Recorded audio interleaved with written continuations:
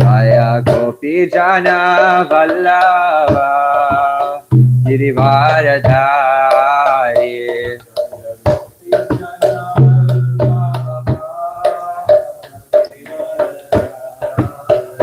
Jaya Gopi Jana Vallabha Girivaradhari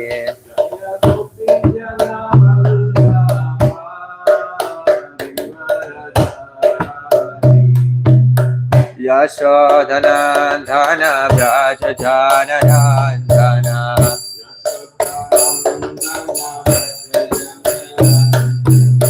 Yashodhana Dhana Braja Jana Dhandana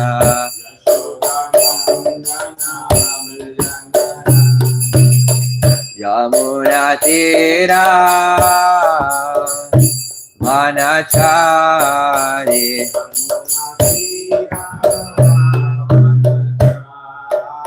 Yamuna Tira Vanachari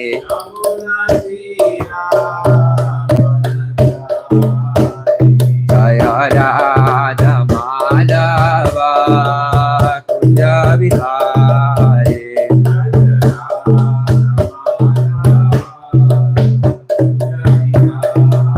Jaya Radha Madhava Kunja Vihari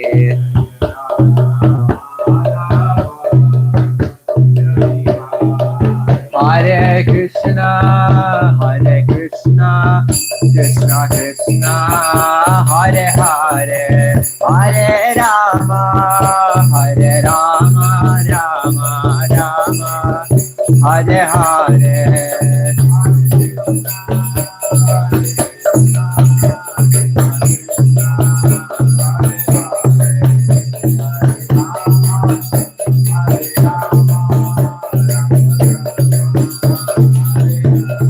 Hare Krishna, Hare Krishna, Krishna Krishna, Hare Hare, Hare Rama, Hare Rama, Rama Rama, Hare Hare.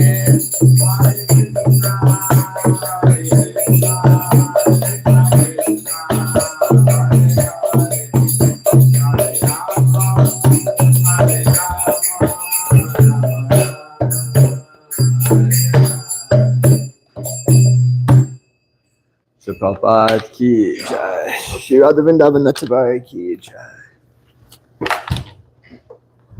I think I opened the wrong section. On here? Second canto, second chapter. It's correct. Om Namo Bhagavate Vasudevaya, Om Namo Bhagavate Vasudevaya, Om Namo Bhagavate Vasudevaya. Narayanam Namaskritya Naram Shaiva Narottamam Devim Saraswatim Vyasam Tato Jayam Udiraye Nashta Prayeshu Abhadreshu Nityam Bhagavata Sevaya Bhagavatir Uttama Shlokir Bhaktir Bhavati. Quite long purports with actually an additional footnote in the 19th purport. So what we'll do is we will read through everything on principle that we should always be reading Srila Prabhupada's books, and we should understand that those words are very powerful. But we'll just recite the verse first. Everyone can recite it, and then after that we'll just go through the verse quickly so we can get to the purport. All right. So I'll just do word by word, and then we'll do everything. Swa Vidvaraha Ustra Karai Samstutaha Na Yat Karna Pato Peto Jatu Nama Gadagraja Swavidvara Hostre Kara Samstuta Purusha Pashu Nayat Karna Pato Peto Jatuk Nama Gadagraja Svavidvarahostrekara Samstuta Purusha Pashu Yat Nayat Karna Pato Peto Jatunama Gadagraja Svavidvarahostrekare Samstuta Purusha Pashu Nayat Karna Pato Peto Jatunama Gadagraja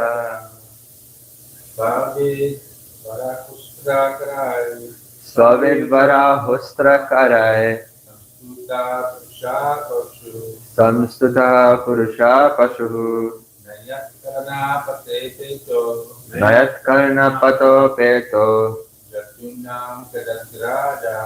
Jatunama Gadagraja Sva, a dog. Vidvaraha, the village hog who eats stool. Ustra, the camel. Karai, and by the asses. Samstuta, perfectly praised. Purusha, a person. Pashu, an animal. Na, never. Yat, of him. Karna, ear. Pata, path. Upetaha, reached. Jatu, at any time. Nama, the holy name. Khadakrajaha, Lord Krishna, the deliverer from all evils. Translation by His Divine Grace, A.C. Bhaktivedanta Swami Srila Prabhupada ki. Men who are like dogs, hogs, camels, and asses, praise those men who never listen to the transcendental pastimes of Lord Shri Krishna, the deliverer from all evils. Purport.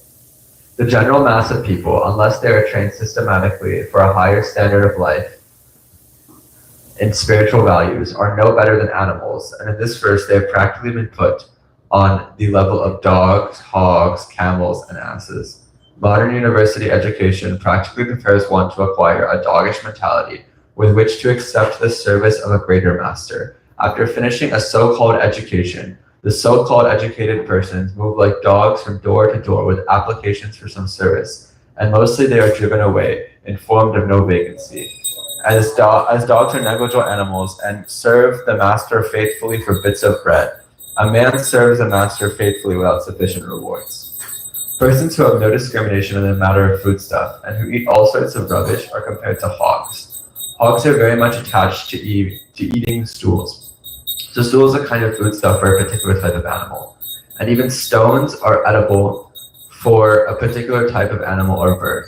But the human being is not meant for eating everything and anything. He is meant to eat grains, vegetables, fruits, milk, sugar, etc. Animal food is not meant for the human being. For chewing solid food, the human being has a particular type of teeth, meant for cutting fruits and vegetables. The human being is endowed with two canine teeth as a concession for persons who will eat animal food at any cost. It is known to everyone that one man's food is another man's poison. Human beings are expected to accept the remnants of food offered to Lord Shri Krishna, and the Lord accepts foodstuffs from the categories of leaves, flowers, fruits, etc. Bhagavad Gita 9:26. As prescribed by Vedic scriptures, no animal food is offered to the Lord. Therefore, a human being is meant to eat a particular type of food. You should not imitate the animals to derive so-called vitamin values. Therefore, a person who has no discrimination in regard to eating is compared to a hog. The camel is a kind of animal that takes pleasure in eating thorns. A person who wants to enjoy family life or worldly life of so-called enjoyment is compared to the camel. Materialistic life is full of thorns, and so one should live only by the prescribed method of Vedic regulations, just to make the best use of a bad bargain. Life in the material world is maintained by sucking one's own blood. The central point of attraction for material enjoyment is sex life. To enjoy sex life is to suck one's own blood, and there is not much more to be explained in this connection. The camel sucks its own blood while chewing thorny twigs. The thorns the camel eats cut the tongue of the camel, and so the blood begins to flow within the camel's mouth. The thorns mixed with fresh blood create a taste for the foolish camel, and so he enjoys the thorn-eating business with false pleasure. Similarly, the great business magnates, industrialists who work very hard to earn money by different ways and questionable means, eat the thorny results of their actions mixed with their own blood. Therefore, the Bhagavatam has situated these diseased fellows along with the camels. The ass is an animal who is celebrated as the greatest fool, even amongst the animals. The ass works very hard and carries burdens of the maximum weight without making profit for itself. The ass is generally engaged by the washerman, whose social position is not very respectable. And the special qualification of the ass is that it is very much accustomed to be kicked by the opposite sex. When the ass begs for sexual intercourse, he is kicked by the fair sex, yet he still follows the female for such sexual pleasure. A henpecked man is compared, therefore, to the ass. The general men of fast people work very hard, especially in the age of Kali. In this age of Kali, the human being is actually engaged in the work of an ass, carrying heavy burdens and driving tela and rickshaws. The so-called advancement of human civilization has engaged a human being in the work of an ass. The laborers in great factories and workshops are also engaged in such burdensome work, and after working hard during the day, the poor laborer has to be kicked by the fair sex, not only for sex enjoyment, but also for so many household affairs. The Srimad Bhagavatam's categorization of the common man without any spiritual enlightenment into the society of dogs, hogs, camel, and asses is not at all an exaggeration. The leaders of such ignorant masses of people may feel very proud of being adored by such a number of dogs and hogs, but that is not very flattering. The Bhagavatam openly declares that although a person may be a great leader of such dogs and hogs disguised as men, if he has no taste for being enlightened in the science of Krishna, such a leader is also an animal and nothing more. He may be designated as a powerful, strong animal or a big animal, but in the estimation of the Srimad Bhagavatam, he is never given a place in the category of man on account of his atheistic temperament. Or in other words, such godless leaders of dogs and hog-like men are bigger animals with the qualities of animals in great proportion.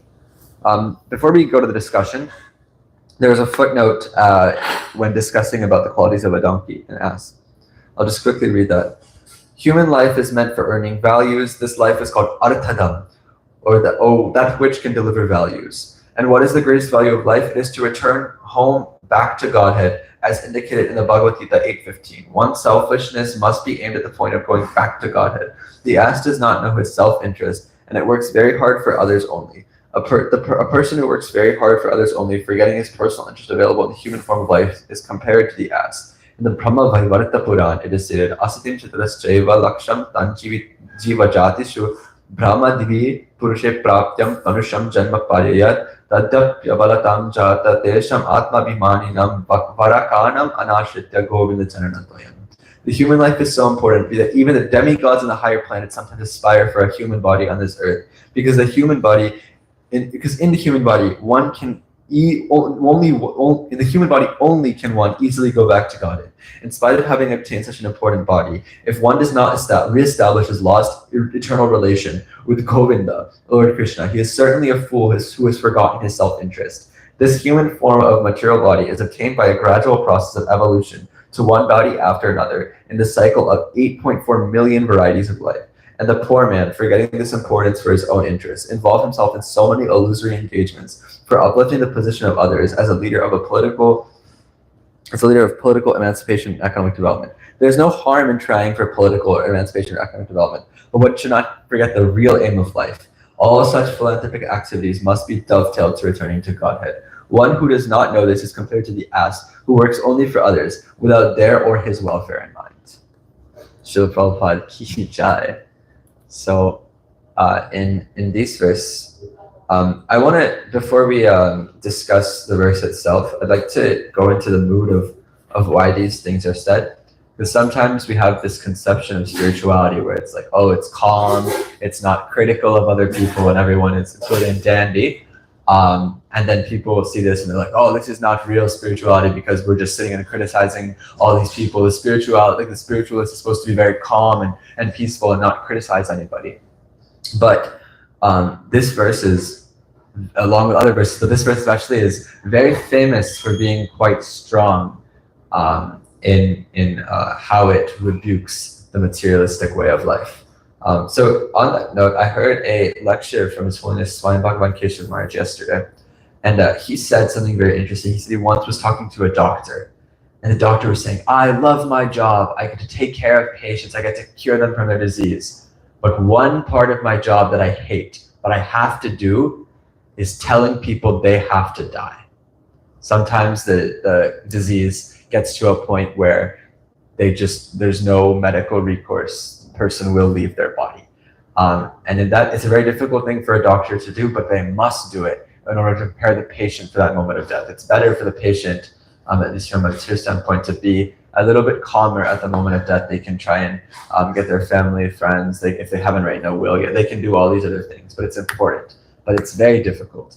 And we understand that this is the same concept, that we are warning people that they are going to die. This is a warning for them, that unfortunately people are wasting their human life. They're spending it on other things and they're not focusing on what needs to be focused on.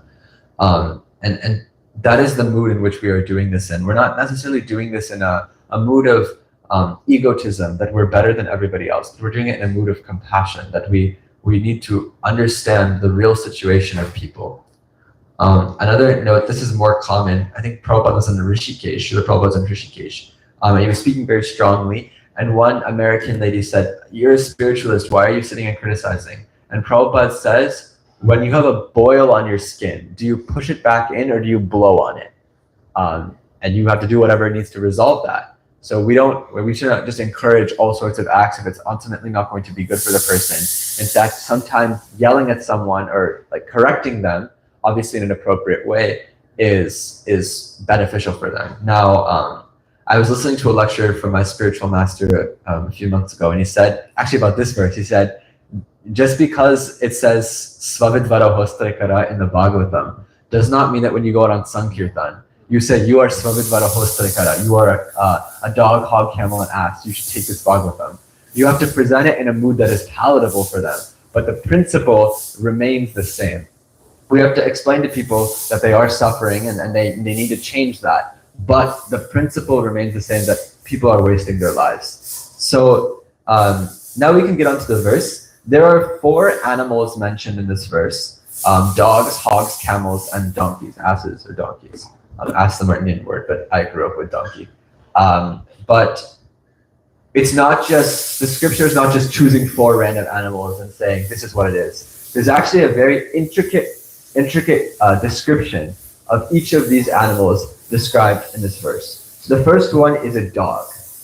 For each of these animals, we'll briefly describe and summarize why this animal is we compare some materialistic people to this animal, and then we'll describe how we can avoid that. So the first understanding is that the dogs are somebody who goes from door to door to beg for food. Some dogs are cared for by owners, but if they're stray dogs, that's more common in India. They'll just go from place to place, and they'll see if there's any scavengers left, if there's anything that was thrown out by the family, and if the family sees them, they'll chase them with a stick. So the dog is in that environment where it just keeps trying to go away. But it does sometimes find a master, and the master will make sure it's a security guard of the home, where the dog has to bark away at all the threats. It has to stay awake almost the entire time. It cannot do anything, and it gets a little bit of bread in return. And to get this so-called position of security guard, it has to go for so many homes and so many places in order to get this position. So the dog in this purport is being compared to one who goes from door to door to beg for some service. And it's actually, we don't even know the qualification of the master. Sometimes the master may not be qualified. I've heard this understanding that sometimes the dog has to serve a master that's not qualified as well. But they just go door to door, they keep begging and begging for employment, and when they finally get it, they work so hard and they don't get much in return. So actually in Vedic culture, dogs are definitely seen as lower animals. But the dog does have one good quality. The dog has the quality of loyalty. Um, it is said, Prabhupada says, right now you are Maya's dog, but now you should become Krishna's dog. And there's a devotee named Srila Swami in our movement. He passed in 2004, I think. But he was very instrumental in helping Srila Giriraj Maharaj in the Juhu project. He did a lot of preaching in Europe. And he would always wear a hat that says Prabhupada's dog. So we understand the dog is actually incredibly loyal. And when Patri Prabhu was here, Patri Prabhu came last year, he gave a nice story, I'll recount it now, that says one time there was a man, and this man had a young baby.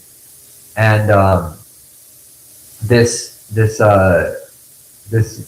man went out, left the baby, and there was a dog in the home. The dog was to protect. It was like a hunting dog or something, but its main job was to protect the baby, or the family. So the man left, and he came back, and the baby was not in its crib. And the man saw a trail of blood around, and the dog was not there. So the dog went, the man followed outside the home, and saw that the dog's fur was trapped on some bushes. And when the dog came out of the bush, there was blood on its face.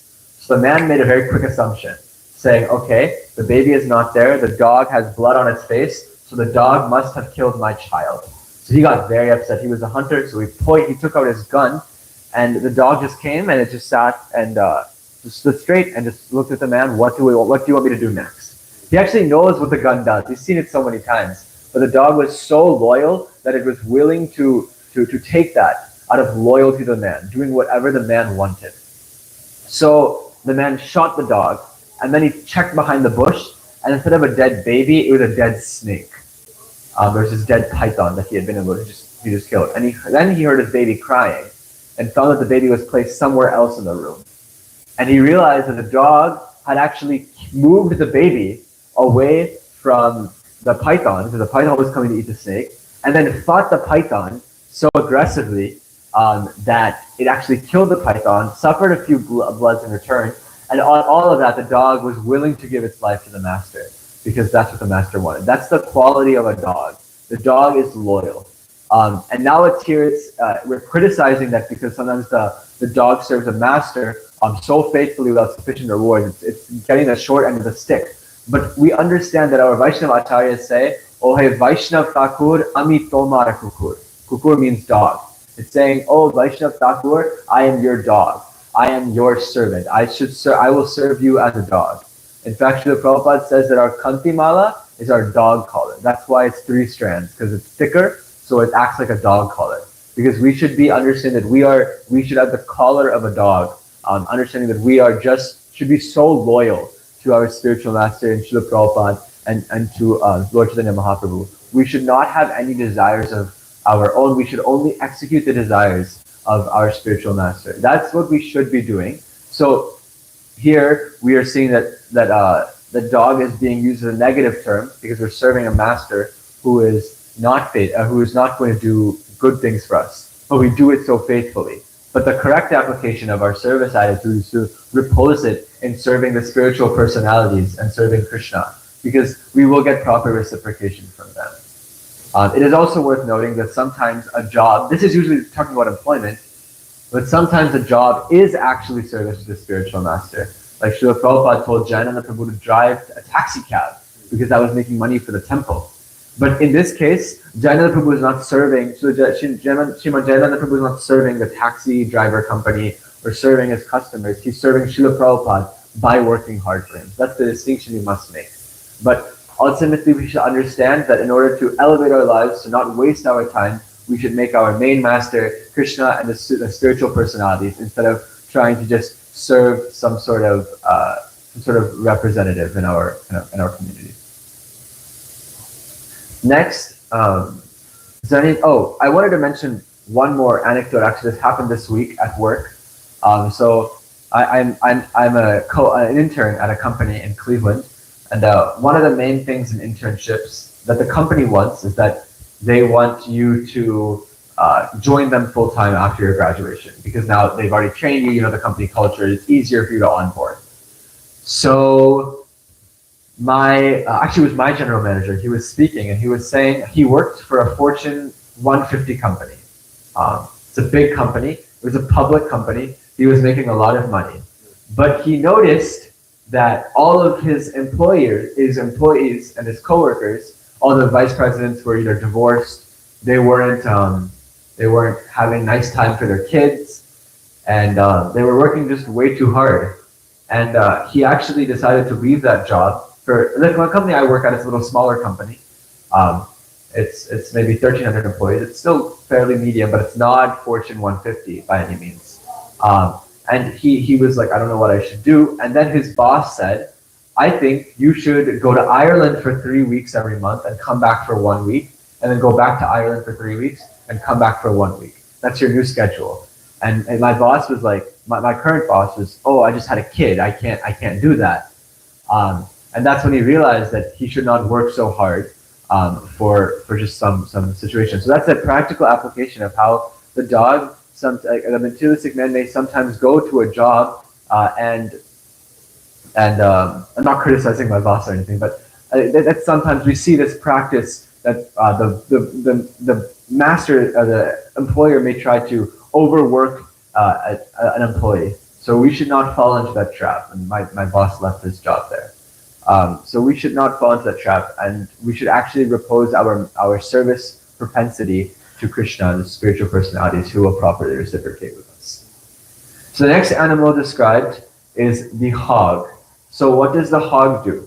The hog, it's known for eating refuse. It's known for eating stool. It doesn't discriminate based on what should be eaten and what should not. Actually, Prabhupada says if you give hog halva, it won't. It's like, oh, I don't like this. This smells weird. But you know what its diet is. I don't have to keep repeating it. So we understand that this represents someone who's willing to sense gratify or eat in the most difficult ways, in the most extreme fashions. So Prabhupada gives a nice analysis here, where he says that other animals are meant for eating anything. Like the tiger can eat flesh, and the birds can eat stones. But we are not meant for that. We are at a higher level. The whole point of comparing to animals is to say that we should not be engaging in these habits. We have a higher level of responsibility as human beings. We've been given this consciousness, given this super valuable human body that we don't know when we'll get again, but we should use it properly. We should not use it like we were using an animal body. So this hog, it just eats anything and everything. And so we should not do that, because there are certain foodstuffs that are beneficial for spiritual elevation. And Prabhupada mentions grains, vegetables, fruits, milk, sugar, no meat, no fish, no eggs, are first regular principle, no onion and garlic, because those also, the last two also contribute to the degradation of the consciousness of the individual. So we have some restrictions on ourselves that we incorporate so that we don't we don't degrade ourselves. We're in the right consciousness to practice spiritual life. We're in the correct mentality in order to see the higher value of life. We don't just see things on face value. We understand that there's more to this. We understand that Krishna is there and we are actually with him. But we can do that and cultivate the spiritual life if we accept correct food stuff.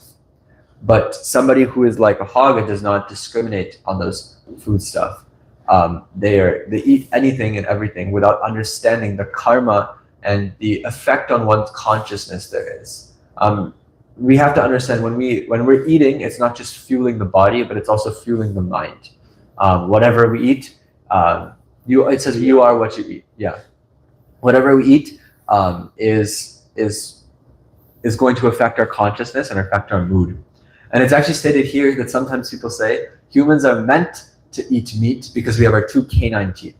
The canine teeth are sharp. They're seen in other animals, and like dogs and other animals that do eat meat. And it's known that when you have those canine teeth, you have the sharpness to cut apart flesh. But Prabhupada really wonderfully responds to this claim and says that is a concession for people who want to eat flesh. But that means it should be used. We even see that, like for eating meat and stuff, there's so many precautions that one has to take, because if it's too hot or too cold, then there's so many diseases that come. When I was hearing about this, I was like, I guess this means that it's not natural to eat this. If you cook it when it's too cold or cook it when it's too hot, you can get a lot of diseases out of it. But to these, we may have some concessions in our body, but we should not depend on those concessions, because we should understand that food is determining of our consciousness. So we should have some discrimination in regards to what we eat. We should understand that the lesson from here is that we should have proper eating habits. I'd also like to mention that Prabhupada also says that maybe sometimes we should not eat so much or eat too little. We should not eat too much or eat too little. That is also something that is related to the diet that is being mentioned here. Obviously, this is focusing more on what types of food, but there's also more that can be discussed on the type of food and the type of food consumption, rather, the pattern of food consumption that one has. So we understand from this example that we understand from the first example that we should oppose our service propensity in Krishna and the spiritual personalities, and from the example of the hog, that we should, in order to properly use our life, should watch our diet and watch what we are consuming, so that we can put ourselves in the mental disposition for spiritual advancement. So the next animal is the camel. The camel is an interesting animal. It eats thorny what? Yeah, thorny cactus, because they're usually in the desert. And these thorns on the cactus, they cut the tongue of the camel. But somehow when they cut the tongue of the animal, of the camel drinks their own blood. But maybe because it's iron rich, I don't know what it is. The camel actually likes that taste. It doesn't know how harmful it is to itself. I'm not a doctor, but I don't need to be a doctor. If you're drinking your own blood and you're constantly cutting your tongue, that can't be good for you. So the camel whenever it's eating, it's actually also harming itself. So whenever it's trying to enjoy these thorny vegetables, it is harming itself and thinking it is actually pleasing itself. So this is compared to sex life here primarily, but generally material enjoyment. It's easy for me to speak strongly about this because I'm not in the Grihastha ashram, but we should understand that sex life, by the scriptural perspective, is what makes this world go around. Actually, I think it was Brahmananda Prabhu who was doing a PhD. I don't know if it was Brahmananda, somebody in the early days, and they wrote on their thesis, "Love is what makes the whole world go around." And their professor failed them. They said, "No, not love, but lust." And Brahmananda Prabhu took it to Srila Prabhupada and said, "Look, my professor, he's so negative. He doesn't see about love for Krishna. I was talking about love for Krishna, and then he says, no, lust runs the world." And Prabhupada said, "No, he's right." He said, "Lust does make the world go around." And it may be an uncomfortable topic to discuss, but it partially is true. Lust does make the world go around. But we understand that this pleasure it is like Bhagavad Gita says, the mode of passion. Happiness in the mode of passion is nectar in the beginning and poison in the end. This pleasure is very, very satisfying at the very beginning, but as time goes on, there's so many issues with sex life. We don't have to go into the depths of every single issue, but we can understand, like, there's diseases that one gets, there's relationship issues, there's financial issues with unrestricted sex life. But that is what keeps us in the material world. That's the central point of attachment. So although we may desire to derive some pleasure from it, we should understand that it is harming ourselves. Now, we also understand here that brahmacharis have a strict regulation, but grahasthas have some sort of leeway for it. So as far as the practical application goes, Prabhupada gives different standards in different places.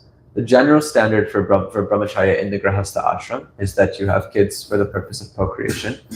But then there's other standards. Oh, you may do it once a month. Hare Krishna was speaking about it. But generally, it is stated that the highest standard is we engage in sexual activity only for the purpose of procreating a child. But we understand that the general practice of this principle of the camel is that the sense gratification that we go through actually ends up harming us. And another example is given later on. The great business magnates, industrialists who work very hard to earn money by different ways and questionable means, eat the thorny results of their action mixed with their own blood.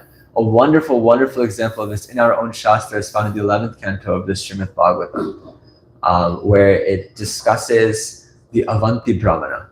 The Avanti Brahmana, it is described, he was what is commonly described as a miser. They just want to accumulate money. They're a kripana. They don't want to spend it on anything and all these things.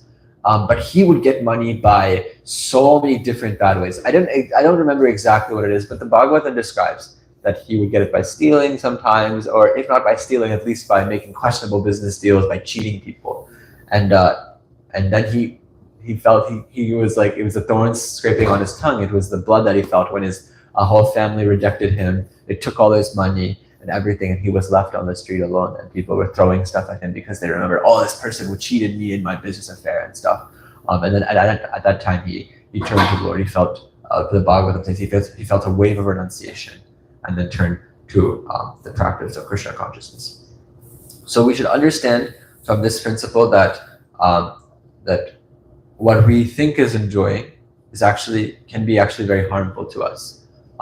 But the only way to get over that, as Bhagavad Gita chapter 259 says, Raso Varja Raso Pyasya Param Drishtva Nivartante Vishaya Vinivartante Nirahara Sedehinam Raso Varja Raso Pyasya Param Drishtva Nivartante. We get some taste from these activities that actually harm us. That's why it's called sense gratification.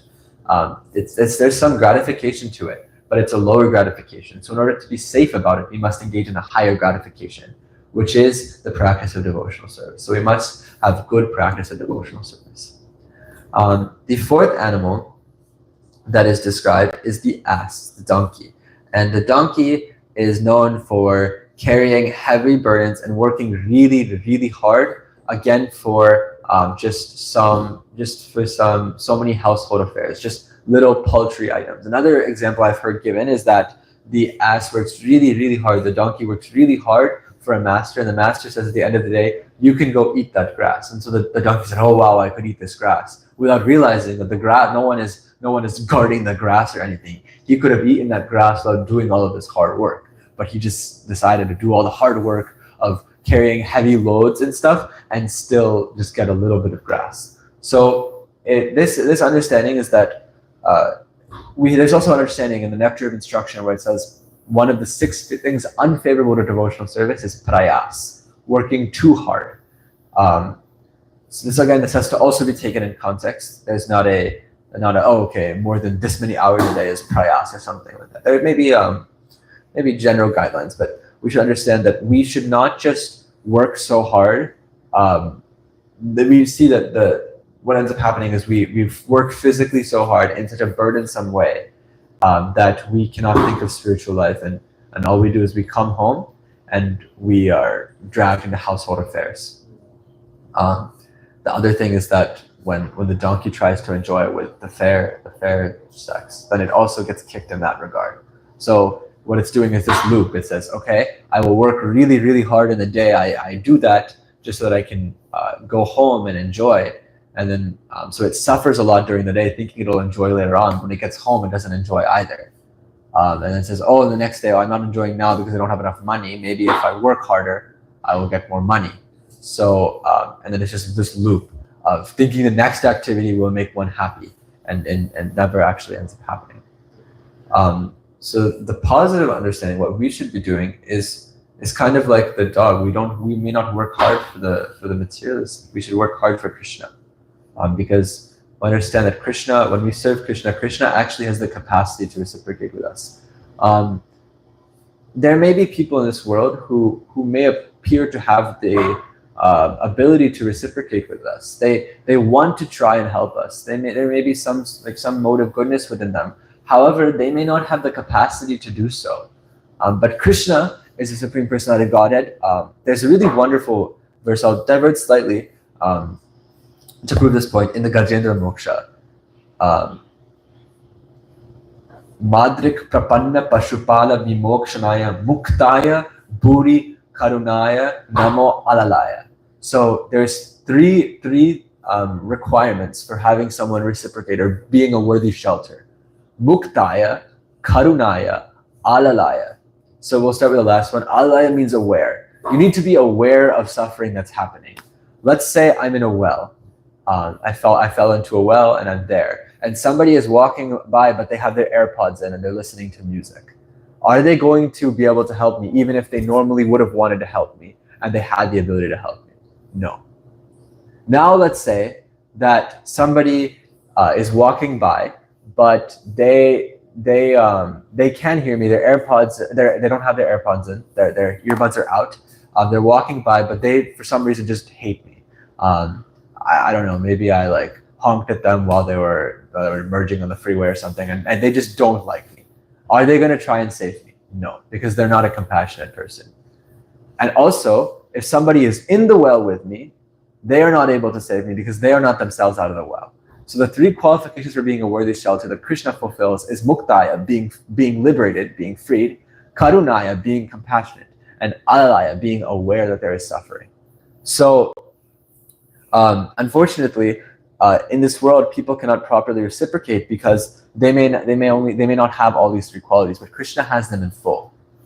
And therefore, when we work hard, we may be apparently working hard for a material a material person, but really we should understand that our real covering the mic, but we should understand that our real hard work is to be for the Supreme Personality of Godhead. So instead of working hard for our own sense gratification or working hard to think that we can enjoy, we should work really, really hard for Krishna. That's what Srila Prabhupada did. He traveled the world, 10, 12 times in the 12 years that he traveled. That's really, really hard work. There's so many examples in our movement. Another wonderful example is Holiness Kadamba Maharaj. When he attended Italy last year, Srila Jayadvaita Maharaj was describing that Kadamba Maharaj, when he was building the Samadhi monument, he was one of the people who were actually physically carrying the materials from one place to another. And it was 30 to 38 degrees Celsius, which is, what is that? 110 degrees. And Maharaj is not from India. He may not be used to that heat, but I guess he may be, sorry, it's a little hard for me to stop. Maybe he adjusted quickly. But he worked so hard just to build the Mayapur Samadhi monument. He was carrying big loads of stuff. Additionally, His Holiness Gopal Krishna Maharaj is known for being a tireless worker. He would go and really extend himself. He would stay up really late and then still get up really early for Mangala Arati. He would do all these things. So in this Giraj Swami Maharaj, he would work really hard, not maybe also on the physical side, but also on the mental side. He would go to all of these different people asking for money for the Juhu temple. Why? Because Srila Prabhupada wanted it. He put so much down for Srila Prabhupada wanted it. Srila Jayapataka Maharaj going to all these places in India and all around the world, even though he's having so many health problems. For him, even a little bit of sitting in one place is an austerity for him because of his health condition. But he still does it for the benefit of the people in general, to please Lord Krishna. There's so many more examples, if I'm not forgetting them just because I'm a forgetful person, but there's so many different examples of both modern, and another example in the Shastra is Madhavendra Puri. He was willing to carry the heavy burden of sandalwood from Nilachal Dham all the way back to Vrindavan. Obviously, Krishna stopped him at Ramuna and said, I don't want you carrying this all the way across because A, it's difficult, and B, governmental logistics will be challenging because some of these areas are Muslim controlled. But nonetheless, he was willing to carry this heavy burden for Krishna. So instead of trying to work for our own sense gratification, we should work for Krishna's sense gratification. That's what this verse is teaching. Okay, so I will finish this section quickly, and then we'll read the next purport. and we'll just try to go quickly. I do have like a few summation at the end. This last section talks about the leaders of these people are sometimes these people who are materialists who don't have these qualities, who have not been fortunate enough to get Krishna consciousness. They appreciate those who don't ever hear about Krishna. They are not at all on the spiritual path. They appreciate those who are doing the same things that they are at a greater scale, suffering more than they are as well. And just one thing on this point. 1972 or 71, former U.S. President Richard Nixon was being impeached. So this was the first time somebody was being impeached because of, I think it was the Watergate scandal. And he was going to be indicted but he just decided to resign. So he resigned and left. But there was a lot of backlash in the media, like, how could our president do such a thing? I don't know the full details of what exactly happened. I think it was like some spying on the opposite party. Like, how could he do so? He has no honor, all these things. And Prabhupada's response was, you elected him. You were the ones that chose to put him in power, and now you are suffering the results of that. So he made that point that when the general mass, not criticizing any one person, but generally saying that the general populace has these qualities of svavidvara hostre karai, they're going to elect one of their own, svavidvara hostre karai. And so if the people are not correctly guided, we cannot expect the leaders to be correctly guided either. So that is also one point that is made here. Quickly, verse 20. I'll just read through everything just for the sake of time. Is that okay, Prabhu? No, we have time. I mean, let's read. Okay. Okay. Bile batoru krama vikramanye. Okay. Nashin vata karna pute narasya jivasati dardudike vasuta nacho bagaya turugaya ghata. One who has not listened to the messages about the prowess and marvelous acts of the personality of Godhead and has not sung or chanted loudly the worthy songs about the Lord is considered to possess ear holes like the holes of snakes and a tongue like the tongue of a frog. Purport. Devotional service to the Lord is rendered by all limbs or parts of the body. It is a transcendental dynamic force of the spirit soul. Therefore, a devotee is engaged 100% in the service of the Lord.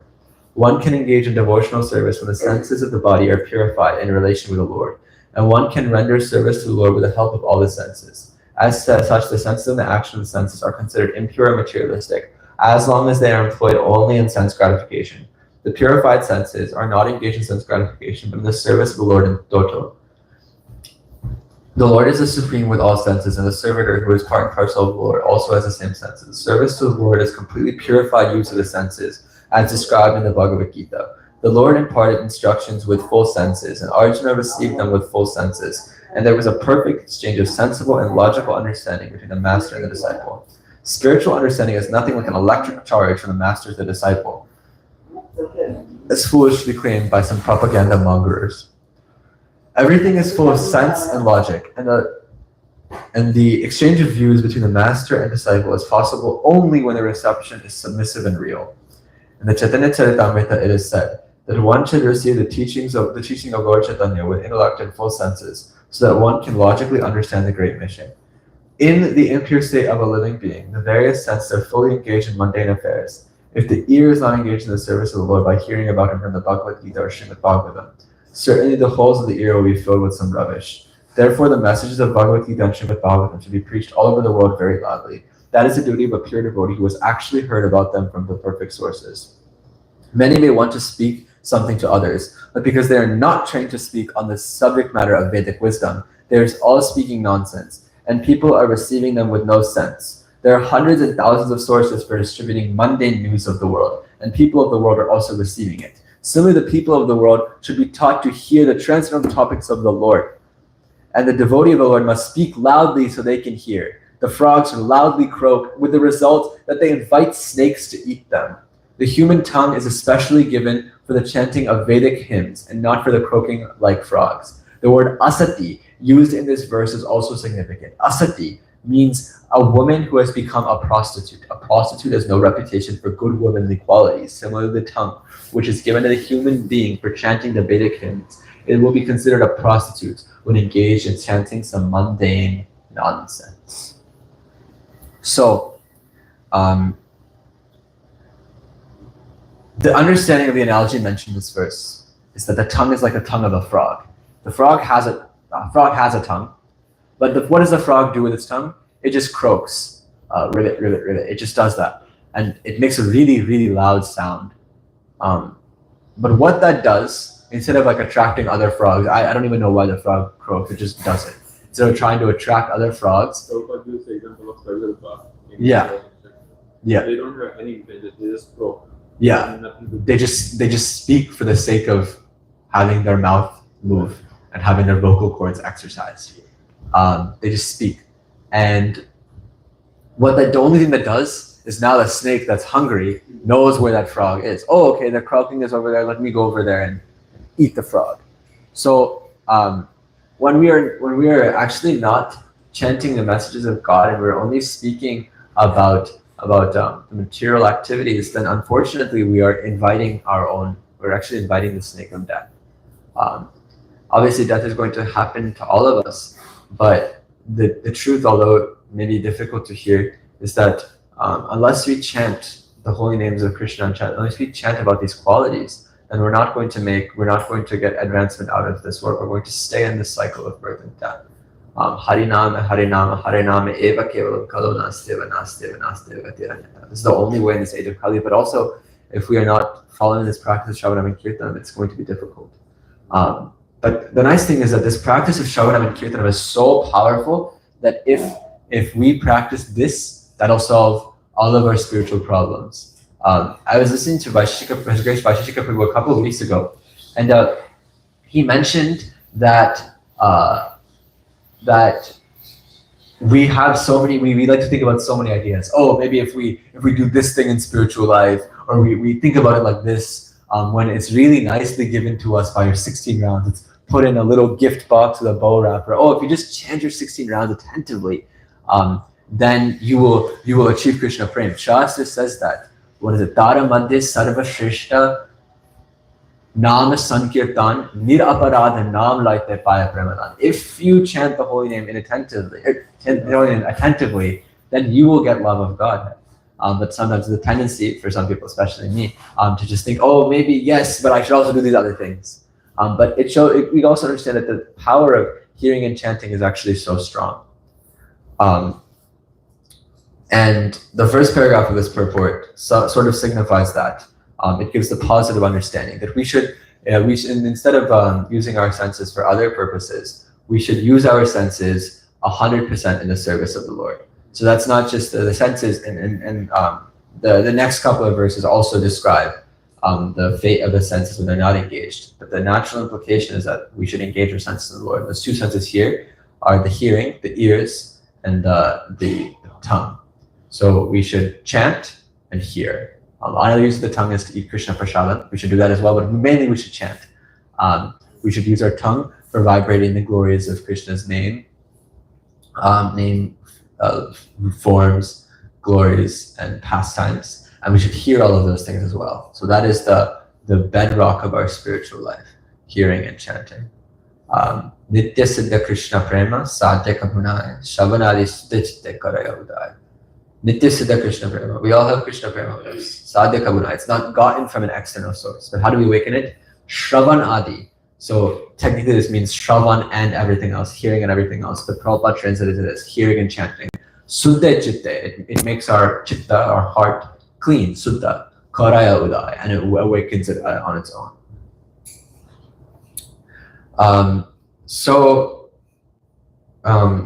Before that, to end this discussion, I want to bring to the practical application of these verses.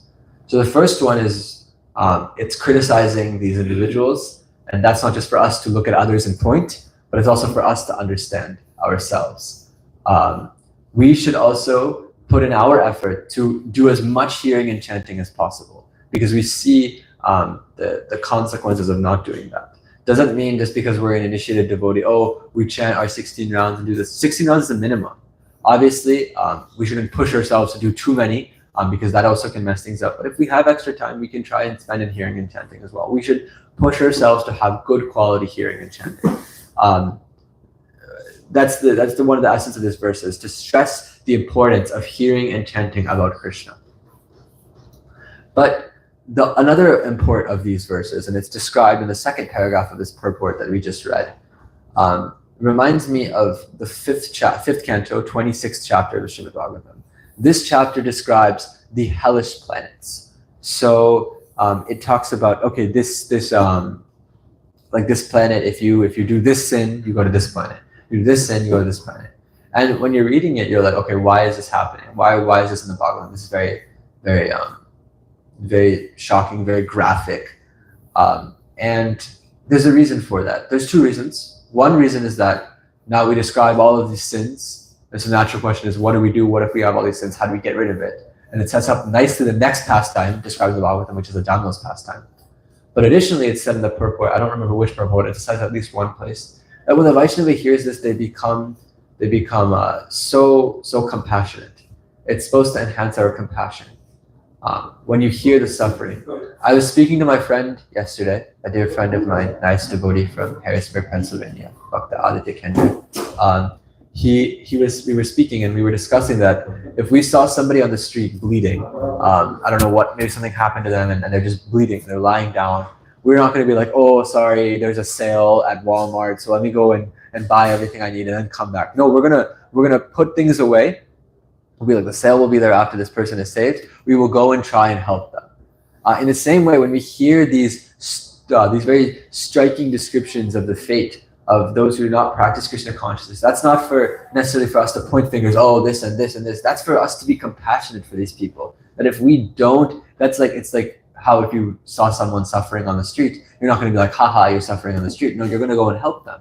That's the application here, that we should all be motivation for us to preach, because we have to understand that people are suffering. When we are spreading Krishna consciousness, we are not simply trying to add members to our organization. We're not trying to make people card-carrying members of the International Society of Krishna Consciousness for the sake of increasing our membership. No, we should have full faith that we need to preach for their benefit. It's not for our benefit that we're preaching, because in one sense we have everything we need. We have the holy name. That's our prime activity. But we go out to distribute books and to do Harinam and to do all sorts of other preaching mechanisms just so that they are benefit. We are doing it for them. And we should read these verses and have more of an inclination to preach. I will end with one last thing that just goes to show the importance of preaching. One devotee, I don't know if it's a devotee or somebody asked either a Brajavasi or some Babaji in Vrindavan, what is Gopi Bhav? And everyone wants to know what the love of the gopis is. If the gopis are the highest devotees, what is their love? Let's get a definition. And this Brajavasi, this Babaji, I thought this was a lecture of Keshav Maharaj. This Brajavasi said, when you at 70 years old get on a ship to a foreign land with 40 rupees in your pocket, you've never known the culture, you don't know the language, you don't know the people, and you go and tell them about Krishna, and you want people to come to Krishna because you know that pleases Krishna, you know that pleases them. That is Gopi Bhav. So it's understanding that this is the importance of trying to spread Krishna consciousness first to ourselves and then to others. We have to give this knowledge to all of them, and obviously that was described in Srila Prabhupada. But that's the understanding that we should practice this ourselves, this practice of hearing and chanting ourselves, and then we should also take responsibility for giving this practice of hearing and chanting to others. But we should still understand our own practice is very important.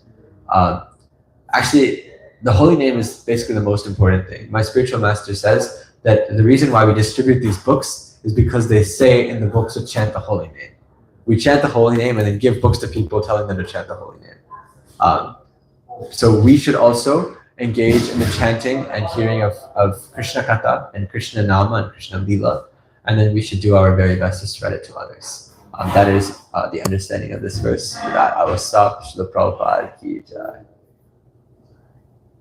Nice one. There's just a couple of thoughts. So one thing, I think last thing you mentioned, which was very nice, that it's not about us, it's about them. When we are creating. I actually heard the other side also, that it's not about them, it's about us. It's almost always as sadhakas. I think this was in Katha Maharaj's lecture when I was hearing, when I was preparing for the verses 3 weeks before. So there also it was saying, instead of doing Krishna Katha, we are mostly engaged in doing Kali Katha. And in that lecture, he was saying that how we usually think it's about helping others, it's about being compassionate towards others, but no, first, in Chaitanya Charitamrita, the instruction is that Jivan Sampat Kari Karo Karo. First, we perfect our life and then we help others because, like you said, right, Mukta, that the one who is not, we don't have to be pure devotee, but at least even when we are helping others, we should think that this is and first of all, I am not even capable of doing it. It is to please my spiritual masters, all my gurus, and all the acharyas. And I'm just the postman. Yeah, so it's for my benefit. Krishna, please help me. I'm not capable, but only you can help me to deliver this message of Srila Prabhupada to them. And then they take it, they don't take it, it's up to them. It's up to we have done our duty. That's what Prabhupada asked us to do. Just take this message and then give it regardless of discriminating anybody. So it's very interesting. It can go both ways. Right, it's two sides of the same coin. Right, and both are so powerful. Yeah, so powerful and so purifying. And yesterday also, parents were doing the Harinam. We were doing Harinam. So I said, Prabhu, is this okay? Should we have done better? No, this is perfect because chanting holy name is so purifying. It doesn't matter when, where, to whom. If you chant Hare Krishna Mahamantra, it's so purifying every single time. So that was one point. And another point I think that also you covered that ultimately all of these points, we have to make sure that we are also not just criticizing but applying it on our lives. Right? So that is very important also because most of it is very easy. It's very easy to find faults, criticize others, to tell others, oh, this is wrong, this is wrong, this is wrong. But at the same time, they say, right, those who live in the house made with glass.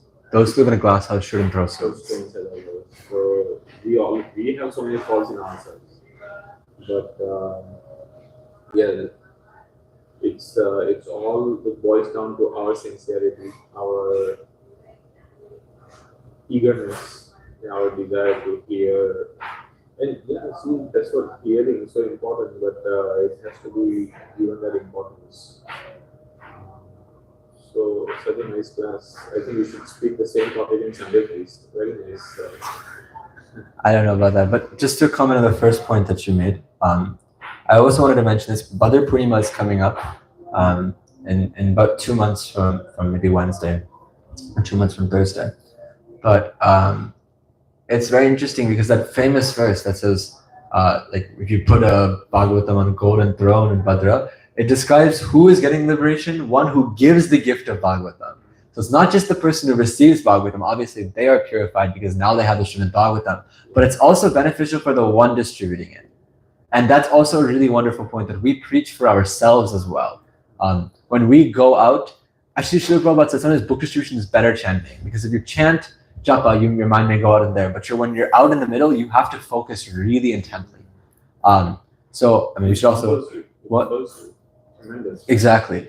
And you come out, when you see people taking, you come out with such faith because you're pleasing that as well. So that's a good point. I mean, in this context, I was making it that we are preaching, when I said not for ourselves, we're not doing it just so that we can get material benefit, but that we can also get spiritual benefit as well.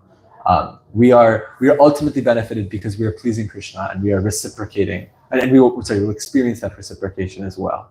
And it also helps in developing that compassionate mood. Yeah. We are thinking of others. Yeah, so and even compassion, it's such a thing. It appears that yes, no, I'm doing it for others, but behind the scenes, most of the time, isn't it just fueling our own false ego and our pride? Oh yes, yes, I helped this person. I ran this program. I did this service. It's Right. So it's a very slippery slope. So Yeah. as long as we have in our back of our minds that no. First of all, I am not even doing it. Who am I to do? This is all my acharyas have given this service. So I'm just an insignificant fellow who is just giving this small, this effort of connecting them to Prabhupada, connecting them to Krishna. Right. So it's, And that. Sorry. Yeah, no, we have to hold the hands of our acharyas and then we can. Otherwise, it's very easy to claim the ownership of our actions. So. Yeah, and on that note, that's also the reason. That's one of the reasons why we need to maintain good sadhana, so that we don't get carried away. Because if we're not being spiritually satisfied, then we're going to try to look for material satisfaction, and especially like we will go for this thing, this program, that thing, and then we'll try to go for that. But we should really focus on the spiritual satisfaction, and that is only attained by good sadhana. So that's also, I tried to make that point as well. Like I guess this is a nice summary to what we're discussing right now. When Sanatan Goswami tells Haridas Thakur, some people chant. Some people chant. Some people practice, but they don't preach. Some people preach, but they don't practice. Some people are practicing, but they're not doing much for others. Even if they're not even doing much for others, maybe you don't have time to preach, but you are donating to the temple so that they can do activities. But some people are just only concerned about themselves. That is good, but not great. Now, some people, they preach, but they don't practice. What are they preaching? They're just saying words. They don't have any achar to back it up. But then he says, Sanatan Goswami says to Haridas Thakur, Achar prachar dui namera hakarya, tumi sarva guru, tumi jagatera arya. Because you are an expert both in practicing and preaching, you fulfilled both your duties to the holy name, and therefore you can be the guru of the whole world because you are the most advanced devotee. So both are equally important in the sense that we preach because, especially at our stage, we need some active service to engage our mind, but it should never take away the focus from our own sadhana. Knowing Krishna is trying to add a point, he's listening to the class of the conversation. Oh no. He is not able to add a comment. So knowing Krishna, please call Ranchor Prabhu and ask the question whenever you get a chance after the class. But anyway, Prabhu, thank you so much. Yeah. Bhagavatam ki Jai. Srila Prabhupada ki jai.